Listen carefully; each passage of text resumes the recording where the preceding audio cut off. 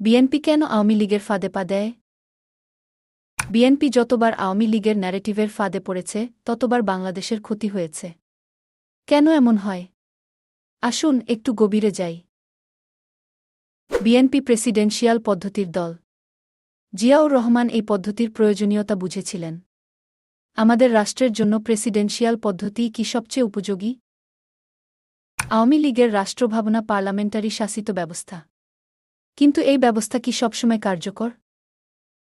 Parliamentary ব্যবস্থা তৈরি হয়েছে একজন রাজা ও তার সার্বভৌম ক্ষমতা ধারণার উপর ভিত্তি করে।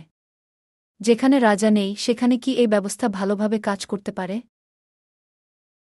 চুপ্পুর মতো চাকরবাকর দিয়ে রাজার অভাব পূরণ করা যায় না। ভারতে ফেডারেল সিস্টেমের কারণে পার্লামেন্টারি ব্যবস্থা কিছুটা কার্যকর। খালেদা জিয়া নিজে আওয়ামী লীগের পার্লামেন্টারি পদ্ধতি ফিরিয়ে আনেন।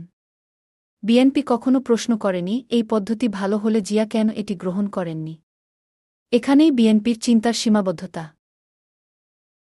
এই পার্লামেন্টারি পদ্ধতি চেক অ্যান্ড ব্যালেন্স ছাড়া ফ্যাসিবাদ তৈরি করেছে।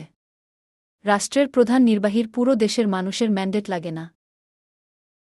বিএনপি আবার আওয়ামী লীগের মুক্তিযুদ্ধের চেতনা, ৭২-এর সংবিধান, ধর্মনিরপেক্ষতার বয়ান প্রতিষ্ঠার দায়িত্ব নিচ্ছে। এর ফল কি হবে?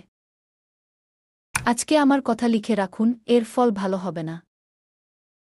এখনই সময় নিজেদের ভুল থেকে শিক্ষা নেওয়ার। এই ভিডিওটি শেয়ার করুন এবং আপনার মতামত কমেন্টে জানান। আমাদের চ্যানেলটি সাবস্ক্রাইব করে সাথেই থাকুন।